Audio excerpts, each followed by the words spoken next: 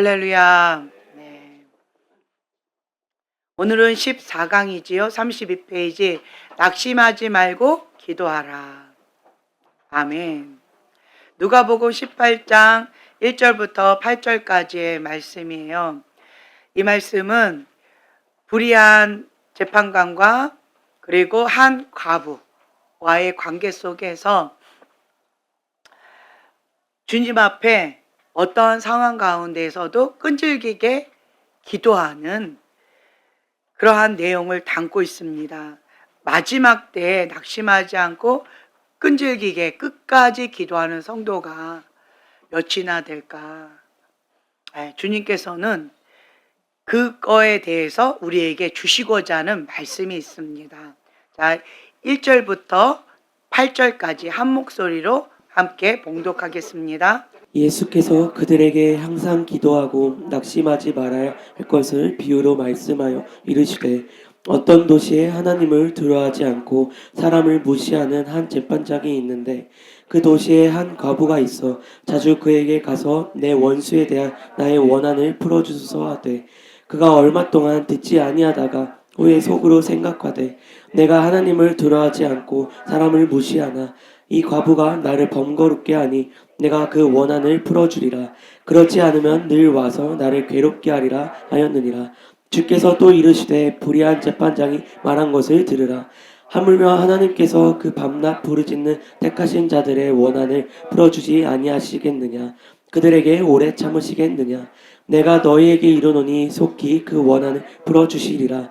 그러나 인자가 올 때에 세상에서 믿음을 보겠느냐 하시니라. 아멘. 아멘. 여기에 나오는 불의한 재판관, 하나님을 두려워하지 않고 사람을 무시하는 악한 재판장입니다. 그런데 여기에 한 과부가 나오지요. 억울한 일을 당했어요. 힘이 없어서 방법이 없어요. 스펙이 하나도 없어요. 그리고 나를 도와줄 사람도 없어요. 그런데 너무나도 억울해요. 여러분, 억울한 세상 속에서 살아가려니 억울하죠? 예. 이 바람이 불 때 여러분들 왜 힘들어요? 억울하니까. 그렇죠? 근데 이런 억울함 가운데에서 너무 못 견디겠다는 거예요. 그러니까 내가 방법이 없어요. 억울한 거는 있는데 어디 가서 호소할 데가 없어요.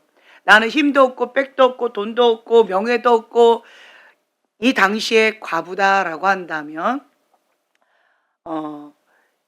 정말 이 사회 계층에서 가장 밑바닥에 있는 그러한 여인일 거예요.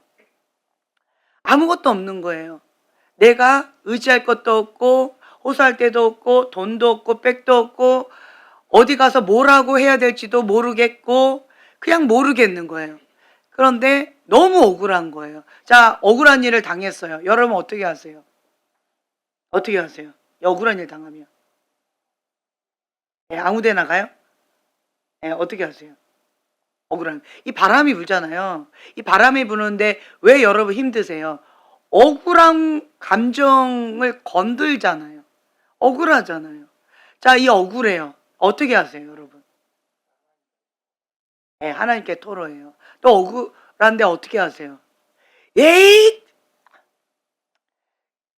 정말 이 세상 더러워서 못 살겠네 하면서 그냥 인생 포기하고 이거 필름 딱 끊고 회피하고 그냥 세상 가운데 내 맘대로 하는 그런 쾌락을 즐기고 중독적인 죄를 즐기고 음란물을 즐기고 그냥 미디어 중독 가운데에서 회피하는 그 방법을 선택하시나요? 아니면 억울하니까 스트레스를 받으니까 뭐 이런저런 것 가운데 스트레스일 뿐이라고 정신이 없나요? 아니면 억울하니까 괜히 주변에 있는 사람한테 화풀이라는 거죠. 괜히 짜증내고 화를 내고 네가 내 앞에 있으니까 그냥 짜증 난다는 거야. 그러니까 이러한 경우들이 있잖아요. 그런데 여기에 이 과부는 나의 억울함을 풀어줄 사람은 딱 한 명밖에 없다. 재판관밖에 없다. 이걸 안 거예요. 내가 지나가는 사람을 붙잡고 호소한다고 이게 풀어질 일도 아니고, 옆집 아저씨를 붙잡고 한다고 이게 풀어질 일도 아니고, 이 동네에 있는 꼬맹이들을 붙잡고 하소연하고 한 대 때리고 그냥 뭐 이렇게 화풀이 한다고 해결될 문제가 아니에요. 나의 억울함을 해소하고 싶은 거예요. 해결하고 싶은 거예요. 이 과부는 지혜로웠어요. 내가 억울한 일을 당했다. 나의 원한을 풀어줄 사람은, 해결할 수 있는 사람은 재판관이다. 그런데 문제는 그 재판관이 불의하다는 게 문제예요. 악하다는 게 문제예요. 악하니까 내가 한번 얘기한다고 들어줄까요? 나를 사람 취급할까요? 아니죠. 그렇지만 나는 이 문제 해결해야 되겠어요. 그 재판관이 나한테 어떻게 대할까요? 막대하겠지요. 정말 개만도 못하게 나한테 학대하고 막대할 거예요. 심하게 할 거예요. 인간 취급을 안 할 거예요. 그렇지만 이 과부는 그게 중요하지 않았어요. 뭐가 중요해요? 내 원한 풀어달라는 거. 이거 해결해 달라는 거예요. 그러니까 그 수르보닉의 여인처럼 어떻게 나를 취급하든 나는 상관없어요. 이 문제만 해결해 주면 나는 그냥 된다는 거예요. 그러면서 밤낮 부르짖어서 재판관한테 딱 나타난 거죠. 나의 원한을 풀어주소서. 나의 원한을 풀어줘. 밤낮 그냥 찾아가서 아이고 즐겁다 행복하다 그런데 이 여자가 막 이렇게 해가지고 나의 원한을 풀어주소서. 분위기 다 망치는 거죠. 체면이 말이 아닌 거예요. 정말 중요한 손님이 오셨어요. 잘 보여야 돼요. 딱 이러고 있는데 갑자기 이 여자가 나타나요. 나의 원한을 풀어주소서. 막 이러니까 못 살겠는 거죠. 도대체 저 여자가 뭐냐? 당신하고 무슨 관계냐? 나 아무 관계도 없다고. 그냥 원한 풀어달라고 저렇게 하는데 정말 힘들다고.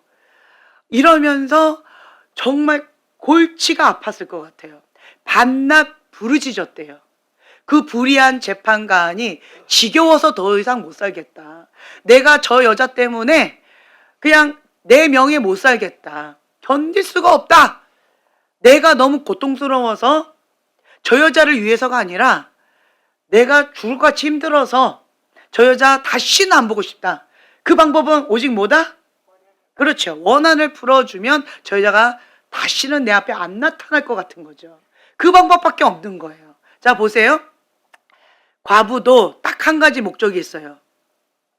원한 풀어달라라고 하는 문제 해결이에요. 그 방법을 정확하게 알았어요. 재판관도 저 여자가 골칫덩어리예요. 너무 힘들어요. 저 여자가 다시는 내 앞에 안 나타났으면 좋겠는 거예요. 그 문제를 해결하려면 어떻게 해야 된다. 그거를 안 거예요. 그러니까 이렇게 저렇게 딴 방법으로 모면한 것이 아니라, 회피한 것이 아니라, 숨어버린 것이 아니라 직면한 거예요. 문제를 해결하려면 가장 먼저 뭘 해야 될까요? 그렇죠. 직면해야 돼요. 여러분 왜 회피해요? 직면하려면 힘이 있어야 돼요. 어떤 경우는요, 그 문제 자체를 직면하는 것 자체가 너무 견디기가 힘들고 숨이 안 쉬어지거나 아니면 정신이 획가닥하고 나갈 정도로 힘들어요. 그러니까 그 문제를 직면할 힘이 없으니까 차선책으로 찾는 게 뭐예요? 회피인 거예요. 외면하는 거예요. 그렇다고 그 문제가 해결될까요? 안 된다는 거예요. 그 문제를 해결하려면 어떻게 해야 돼요? 힘들어도 어려워도 직면해야 된다는 거예요. 버텨야 된다는 거예요. 그리고 그 문제를 직면하고 두 번째 뭐 해야 돼요? 해결책을 찾아야 된다는 거죠. 그 문제를 해결해 줄 사람은 오직 재판관밖에 없다. 근데 그 사람은 불의하기 때문에 하나님도 무시하고 하나님도 두려워하지 않아요. 그리고 사람도 무시해요. 보통 사람들도 다 무시하는데 한 과부쯤이야. 그냥 무시하는 게 아닐 거예요. 진이기듯이 비참하게 무시할 거예요. 그런데 이 여인은, 이 과부는 내가 원하는 그 목적을 이루기 위해서는 저 재판관은 하나님도 두려워하지 않고 사람을 무시하는 자인데 하물며 나 정도 정말 심하게 무시할 거다. 그거 알고 각오하고 버텼어요. 네가 이기나 내가 이기나 보자. 너가 아무리 나를 무시해도 나는 내 원한 풀어주지 않으면 살 소망이 없다는 거예요. 이 여자의 각오가 어떤 각오인지 아시겠죠? 이 원한 풀어주지 않으면 나는 살아갈 힘이 없다는 거예요. 그만큼 힘들다는 거예요. 그러니까 목숨 걸고 부르짖고 이제 그 재판관을 괴롭히는 거예요.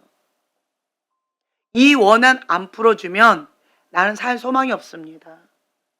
풀어주든지 내가 죽든지 아니면 불의한 재판장이 시름시름 앓다가 죽든지 이거 아니면 저거인 거예요. 이렇게 끝장을 보겠다라고 하는 결단 가운데 가는 거예요. 여러분, 싸움을 하는데 목숨 걸고 싸우는 사람하고 그냥 적당히 싸우려고 하는 사람하고 싸우면 누가 이길까요? 그렇죠. 그 목숨 걸고 싸우는 사람은요, 못 이겨요. 내가 아무리 힘이 세도요, 목숨 걸고 달라붙으면요, 그 사람은 당해낼 재간이 없어요. 근데 이 여인은 목숨 걸고 싸우는 거예요. 그런데 방법이 없으니까 계속 호소만 하는 거죠. 그냥 호소하겠어요? 한 맺혔잖아요. 내 원한을 풀어달라는 거 아니에요. 그러니까 이 여인은 잠도 못 자는 거예요. 음식도 못 먹을 거예요. 가난해서 못 먹든지 아니면 먹을 게 없어서 못 먹든지 아니면 너무 한이 맺혀서 음식이 안 들어가든지. 그러니까 몰골도 쾌하니 정말 보기가 좀 힘들 수도 있어요.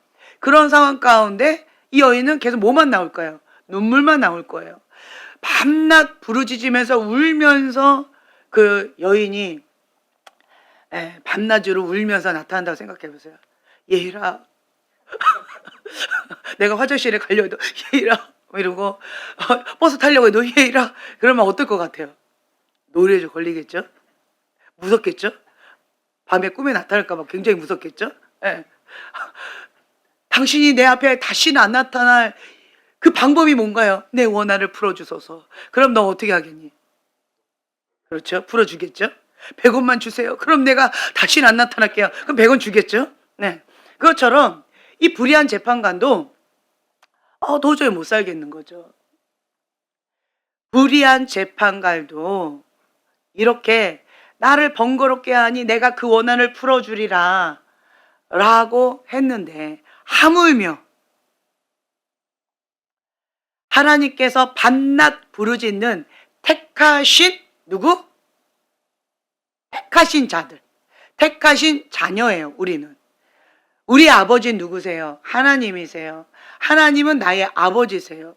택하신 주님의 사랑하는 자녀가 밤낮으로 부르짖으면서 나의 원한을 풀어주소서, 나의 원한을 풀어주소서라고 부르짖으면 하나님께서 들어주지 않겠냐는 거예요. 하나님은 불의한 재판관이 아니잖아요. 어떤 분이세요? 의로우신 분이라는 거예요. 자, 그 밑에 한번 읽겠습니다. 낙심하지 말고 기도해야 합니다. 자, 예수님은 기도하고 낙심하지 말아야 할 것을 비유로 말씀하였습니다. 불의한 재판관은 하나님을 두려워 아니하고 사람을 무시하는 재판관이었습니다. 과부는 원한을 풀어달라고 하였습니다. 재판관은 과부가 자신을 괴롭게 하기 때문에 청을 들어주었습니다. 그러나 하나님은 속히 응답하십니다. 낙심하지 말고 기도해야 합니다. 예, 아멘. 자, 여기에서 낙심하지 말고 끝까지 기도해야 된다는 거예요. 근데 왜 낙심할까요? 안 이루어져서. 응답이 속히 이루어지지 않으면 우리가 계속 기도하는데 낙담이 되죠. 뼈가 마르는 그런 낙담이 돼요. 소망이 없어지면서 마음이 정말 힘들어져요. 그러면 이 낙담이라는 걸 뭘 놓친 거예요? 시선을 놓친 거예요. 시편 42편 5절 말씀.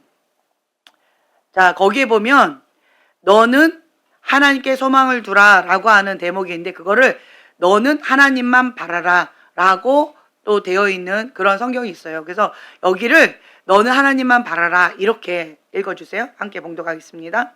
내 영혼아 내가 어찌하여 낙심하며 어찌하여 내 속에서 불안해하는가. 너는 하나님만 바라라. 바라라. 그가 나타나 도우심으로 말미암아 내가 여전히 찬송하리로다. 아멘. 아멘. 예. 너는 하나님만 바라라. 너는 하나님께 소망을 두라. 자, 어찌하여 낙심하며 어찌하여 내 속에서 불안해하는가. 자, 뭘 놓쳤다는 거예요? 그렇죠.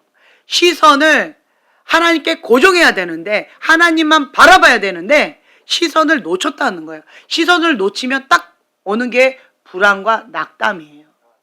하나님께 소망을 두고 시선을 하나님께 두면 소망이 생겨요. 내가 시선을 놓치면 환경이 보이고요, 문제가 보여요. 그러면 두렵고 불안한 마음이 생겨요. 믿음의 사람으로서 하나님께서 말씀하시는 그것을 바라봐야 되는데 현실이 크게 보이는 거예요. 골리앗이 크게 보이는 거예요. 태산이 크게 보이는 거예요. 그러나 반대로요, 우리가 시선 하나님께 고정하면 뭐가 크게 보일까요? 그렇죠. 하나님만 바라라. 아멘. 하나님만 바라면 주변에 있는 태산, 골리앗 작게 보인다는 거예요. 낙심하지 말고 기도하려면 우리는 시선을 하나님께 고정하는 거. 주님, 내가 시선을 놓쳤습니다. 내가 낙심했습니다. 현실 가운데 인간적으로 반응했습니다. 주님, 용서하여 주시옵소서 하면서 시선을 다시 하나님께 고정하는 거예요. 예전에 제가 꿈 얘기를 했었죠. 하나님께 초점 맞춰 나아가고 있습니까? 이거 기억나시죠? 기억나시죠? 예. 그 선지자 학교가 이렇게 있는 거예요. 요만한 어떤 공간에서 거기에서 학생들이 이렇게 다 모여 있었어요. 근데 거기에 학생으로 제가 앉아 있었어요. 중간에 다 생략하고 그 선생님이 이제 숙제를 체크하는 그런 시간 가운데에서 숙제를 저는 2개나 해왔더라고요. 내 거와 다른 사람 것까지. 착실한 꿈속에서도 아주 열심히 있는 그런 학생이었던 것 같아요. 그런데 그 선생님이 이곳 가운데 대한민국의 대통령이 나올 거라고 그렇게 얘기하시는 거예요. 그러니까 여기 다 젊은 사람들이었어요. 그러니까 우와, 도대체 누굴까, 대통령이 누굴까 하는데 내 뒤에 있는 사람, 남자한테, 젊은 남자였어요. 그 남자한테 노려보는 거예요. 이렇게. 그러면서 눈이 슬픈 눈이었어요. 눈물 글썽글썽한 눈으로 노려보면서 이렇게 하는 거예요. 네.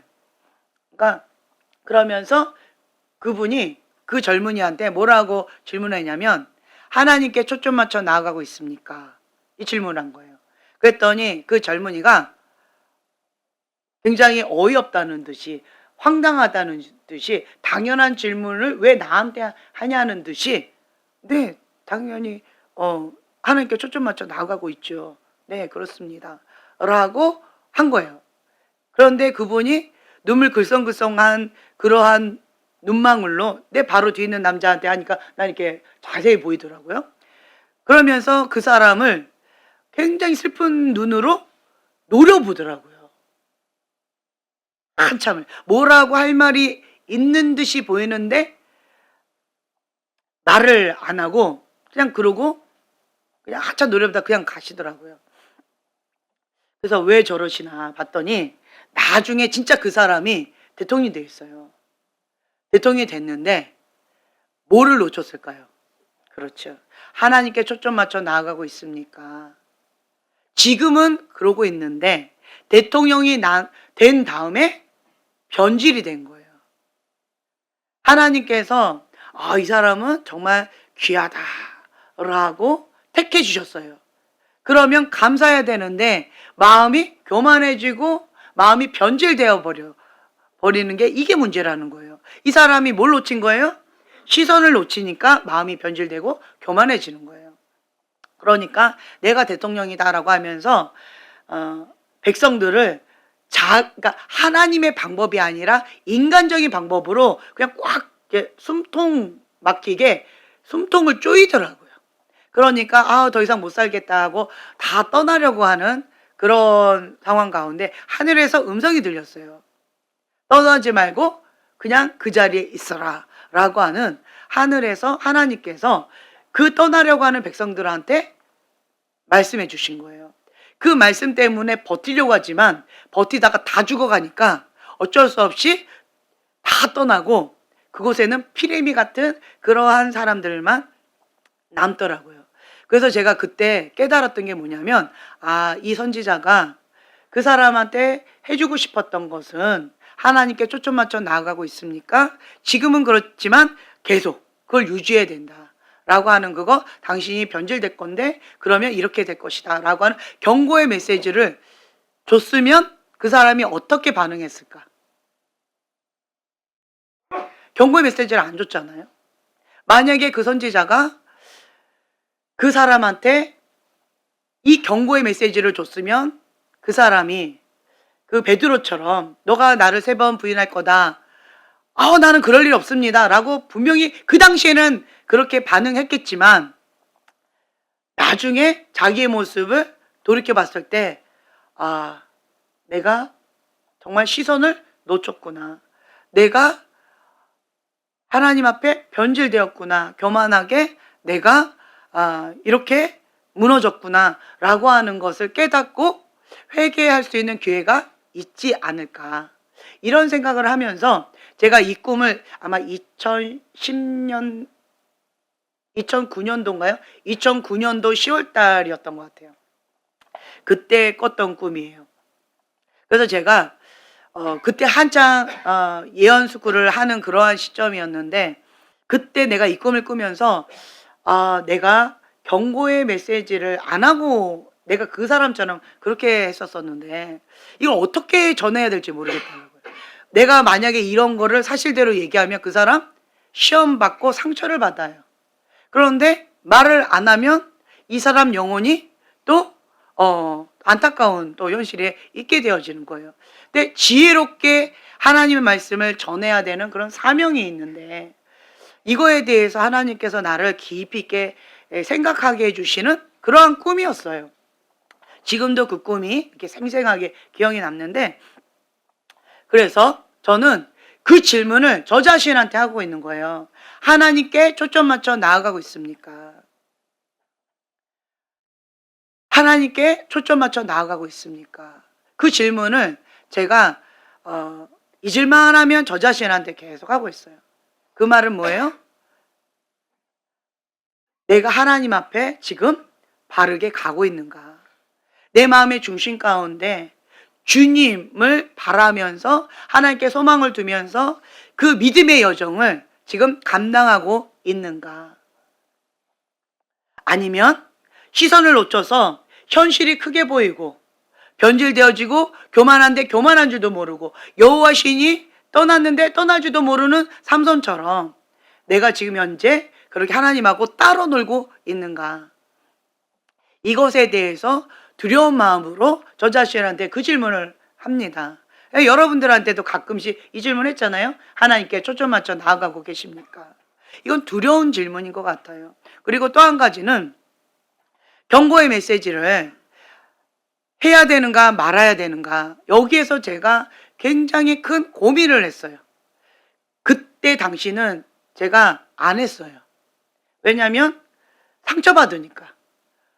왜 그 사람한테 내가 상처받을 얘기를 해서 나만 점수 깎이는 일을 내가 왜 해? 이러한 마음에서 그 사람한테 주시는 경고의 메시지를 안전하고 하나님께서 알아서 하시겠지, 내가 괜히 그 사람들 미움 살 이유는 없지, 이런 식으로 제가 회피했었어요.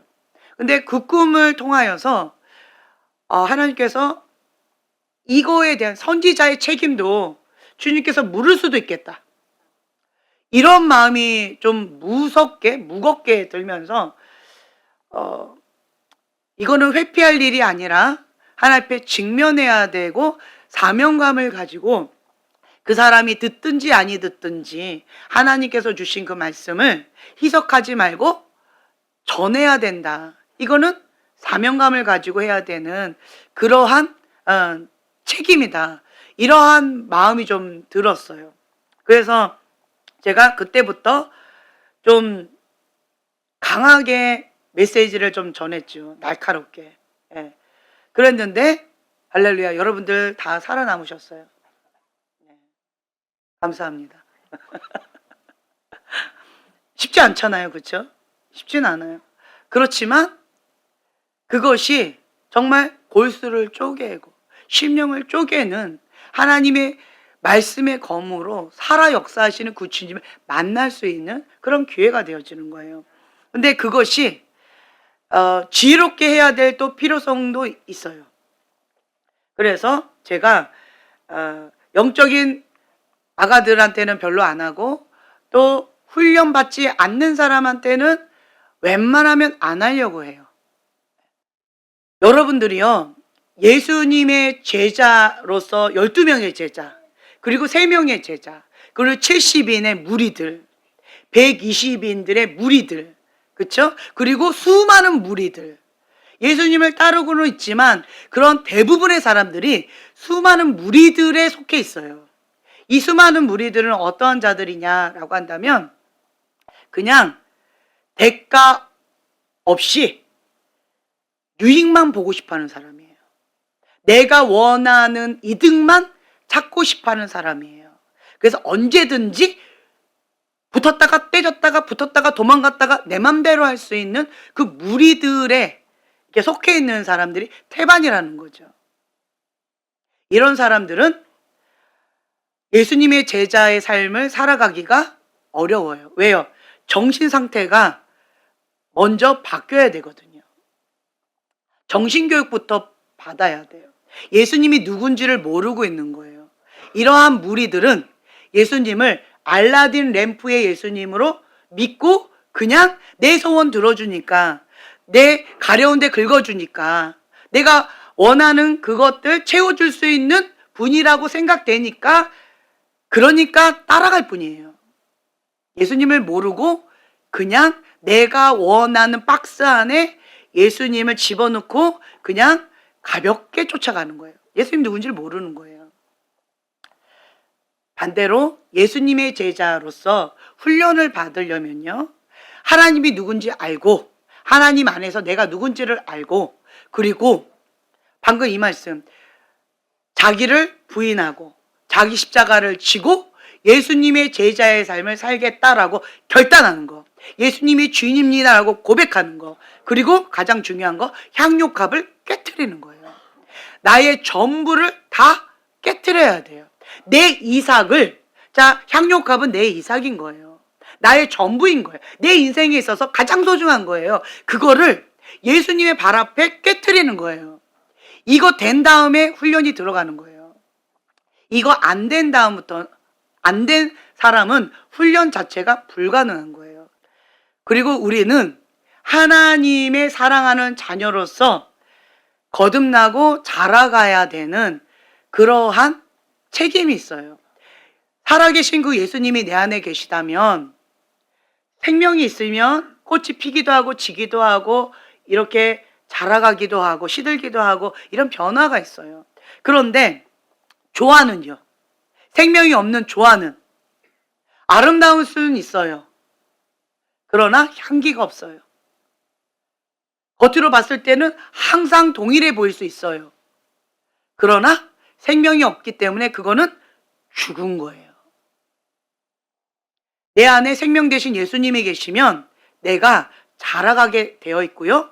그리고 힘겨울 때 넘어질 수도 있고 쓰러질 수도 있고, 그리고 다음 단계 떡 넘어갈 수도 있고, 그리고 쳇바퀴 돌면서 하나님 앞에 무너질 수도 있고, 이런 업앤다운의 여러 가지 성장통을 겪는 거예요.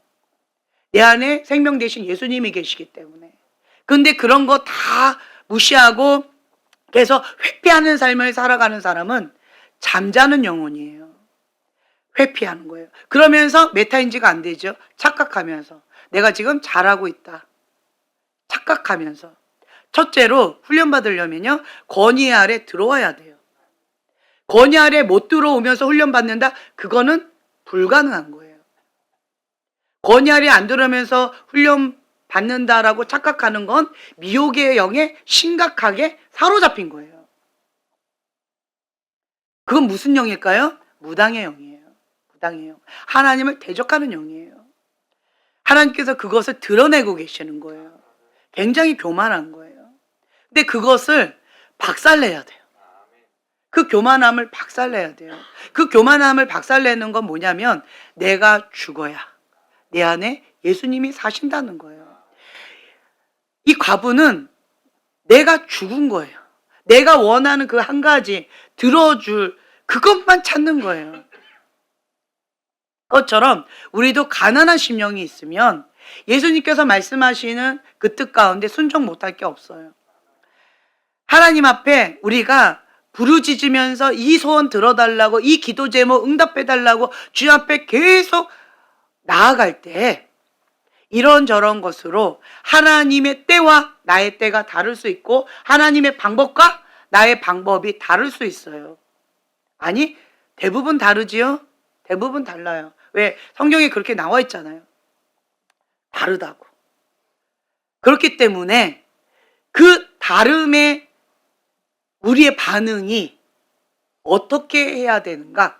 여기에서 판가름 나는 것 같아요. 하나님의 뜻과 나의 뜻은 달라요. 그때 우리가 가인처럼 반응하느냐 아니면 다윗처럼 반응하느냐, 여기에 선택의 기로에 있다는 거예요. 하나님의 그 뜻과 하나님의 때와 하나님의 방법은 나와 완전 다르잖아요. 그렇기 때문에 그것을 하나님의 절대 주권을 그냥 받아들여야 되는 숙제가 있어요. 근데 그게 정말 쉽지 않잖아요. 왜 한 맺혔어요? 이런 상황을 허락하신 하나님에 대해서 원망하고 불평하고 힘겹고 상처받았잖아요. 이 과부는 천하디 천한 밑바닥 인생이에요. 정말 아무것도 없어요. 하루하루 풀칠하는 것도 쉽지 않은 그런 상황일 거예요. 그러니까 불의한 세상 가운데, 공평하지 않은 세상 가운데 얼마나 치고 이리 치고 저리 치고 억울했으면, 내가 이렇게 사느니 죽는 게 낫다 할 정도로 얼마나 안 맺혔으면 그렇게 주님 앞에, 그렇게 불의한 재판관 앞에 울부짖으면서 호소했을까? 얼마나 한이 맺혔을까?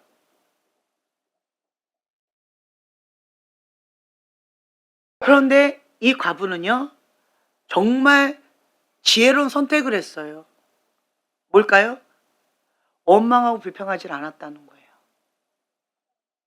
나의 원한을 풀어달라고 요청을 했지 원망하고 불평하지를 않았다는 거예요.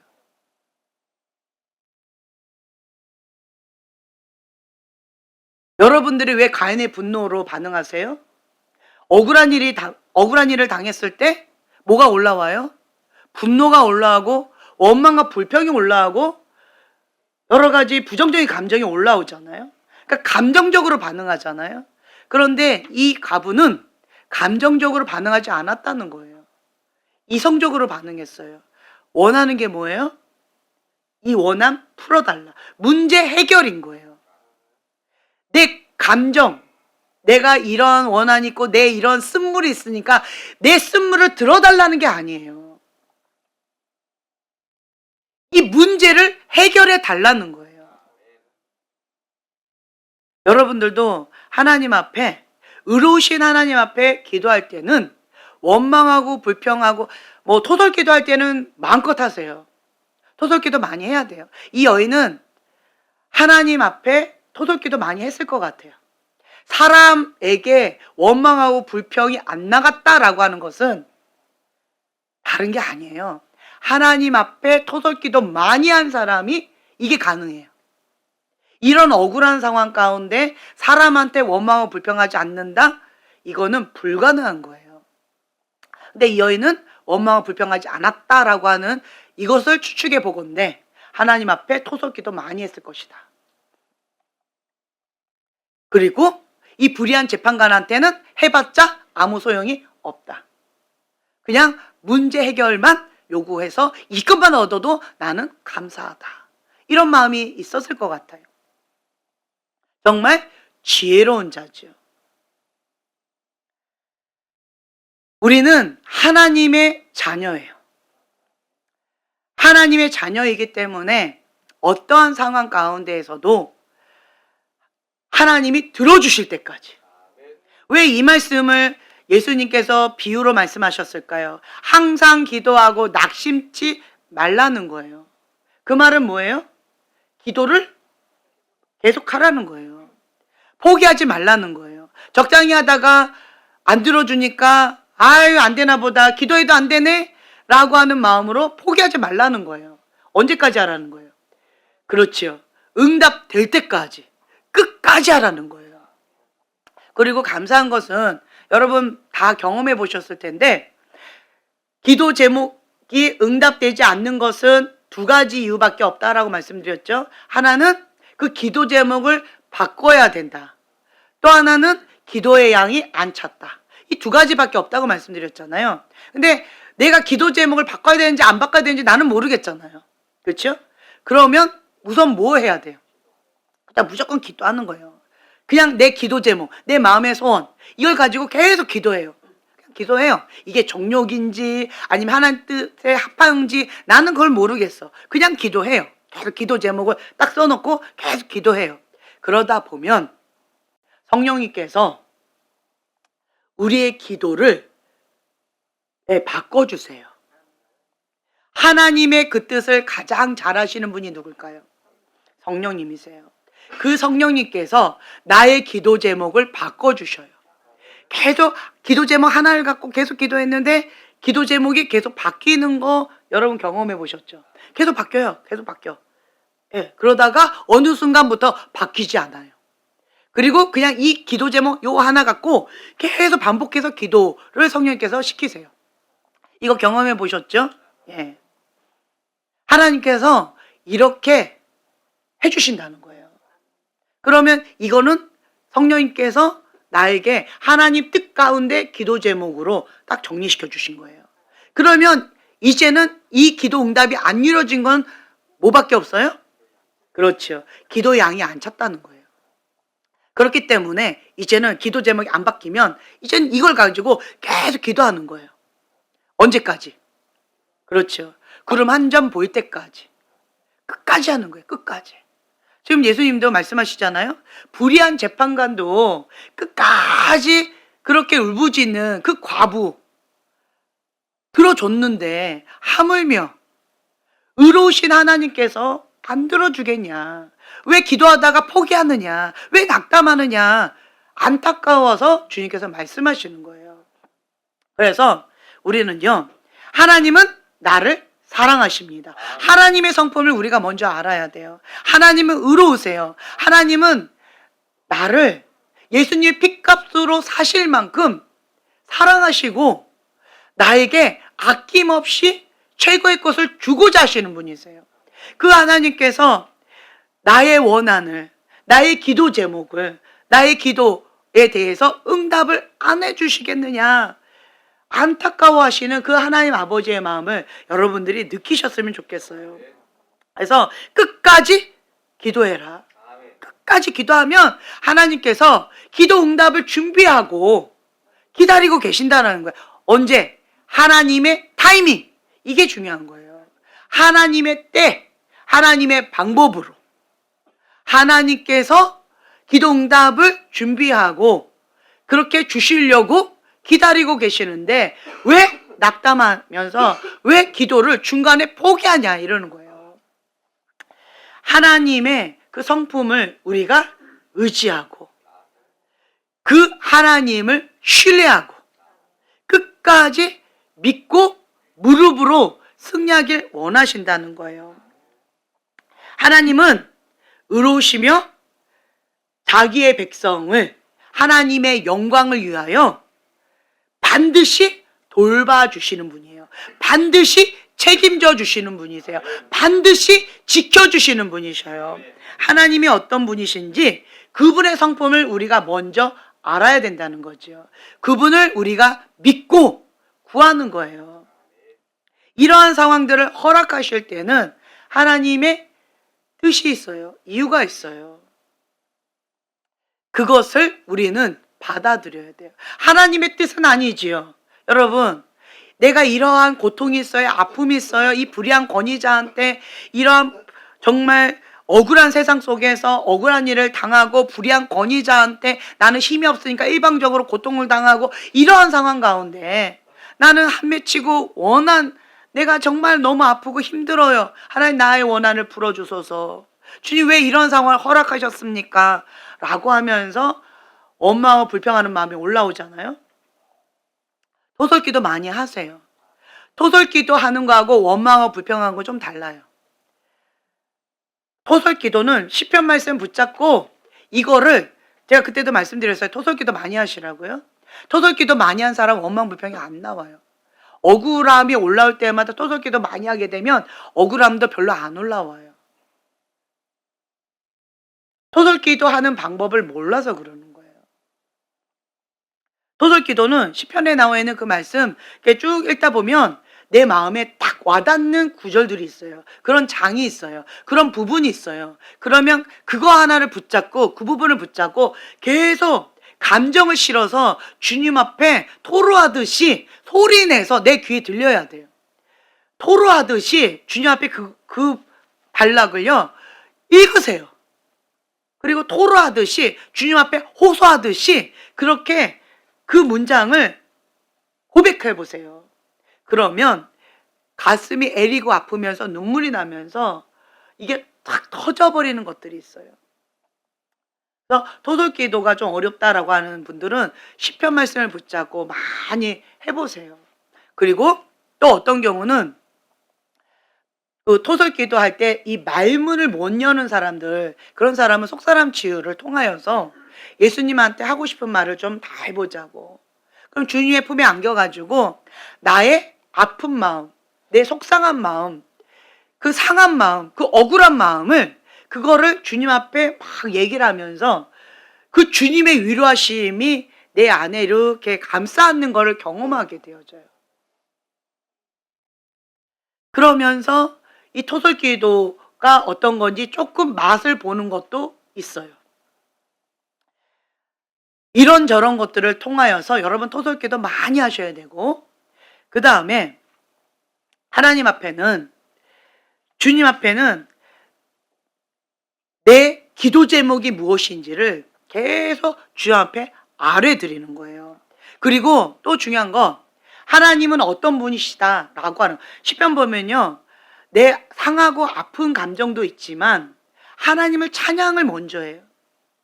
그리고 내 영혼을 향해서 또 선포도 해요. 내 영혼아 어찌하여 낭망하느냐, 너는 하나님을 찬양하라고, 송축하라고, 너는 하나님을 바라라. 이건 내 영혼을 향해서 선포하는 거예요.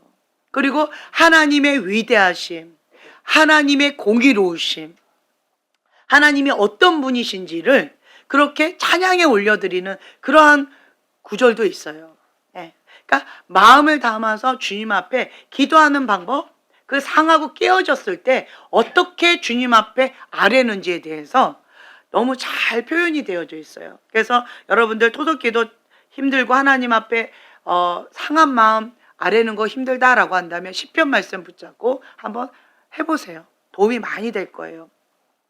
또 우리는요 여기 강의한 32페이지 보면 기도하는 사람은 어떤 사람이다? 하나님의 자녀입니다. 아멘. 기도하는 사람은 하나님의 자녀예요. 하나님의 자녀는 기도하는 사람이에요. 아멘. 하나님의 영의 인도함을 받는 자가 하나님의 아들입니다. 하나님은 의로우신 분이세요. 그래서 주님께서 그 응답을 주시는 그때를 우리는 알지를 못하는 거예요. 그러니까 언제까지?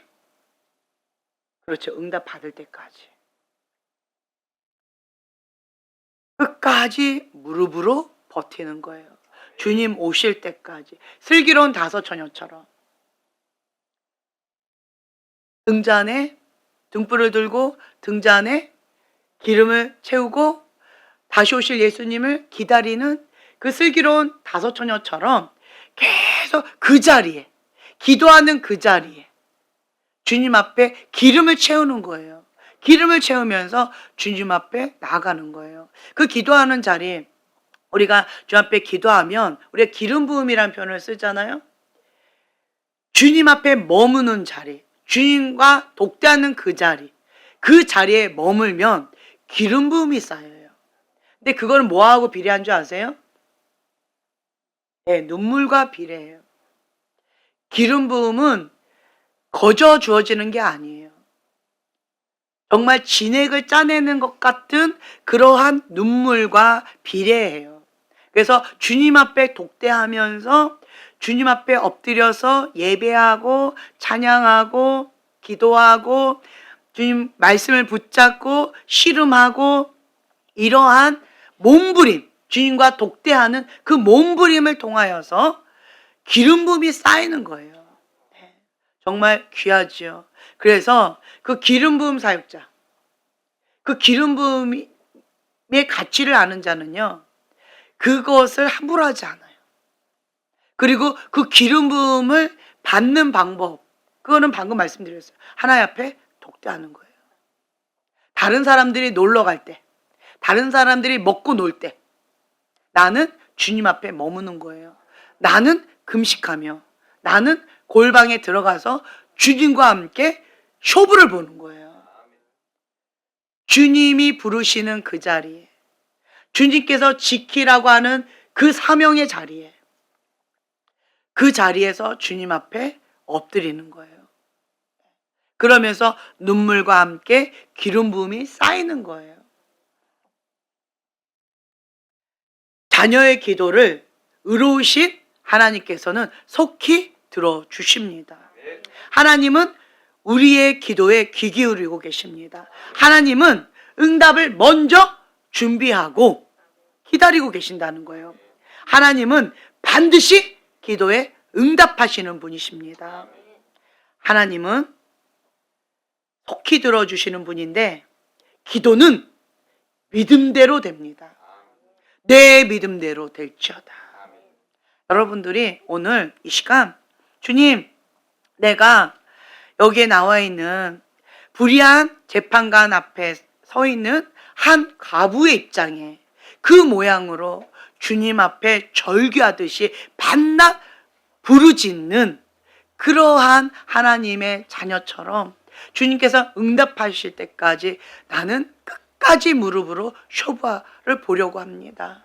주님이 들어주시지 않으면 못 견딜 정도로 나는 이곳에서 주님 앞에 무릎으로 정말 상하고 깨어진 심령으로 가난한 심령으로 주님 앞에 엎드립니다. 주님께서 응답하시지 않으면 난 살 소망이 없습니다. 주님께서 긍휼을 베풀어 주시지 않으면 누가 나를 돌아봐 줍니까? 아무도 나를 거들떠 보는 자가 없습니다. 주여 나를 불쌍히 여기소서. 주님, 우리 나라와 우리 민족을 불쌍히 여겨 주시옵소서. 우리의 가정과 우리의 직장을, 그리고 하나님의 사람들을, 하나님의 지도자들을, 지도계층에 있는 그러한 사람들을 주님 불쌍히 여겨 주시옵소서.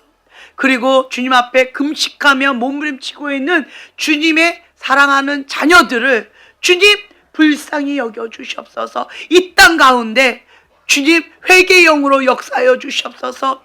이 메마른 10년 가운데 주님 단비를 허락하여 주시고 회개의 영으로 거룩한 영으로 역사하여 주시옵소서. 성령님 우리를 사로잡아 주시옵소서. 우리가 주여 3번 부르시고 기도하겠습니다.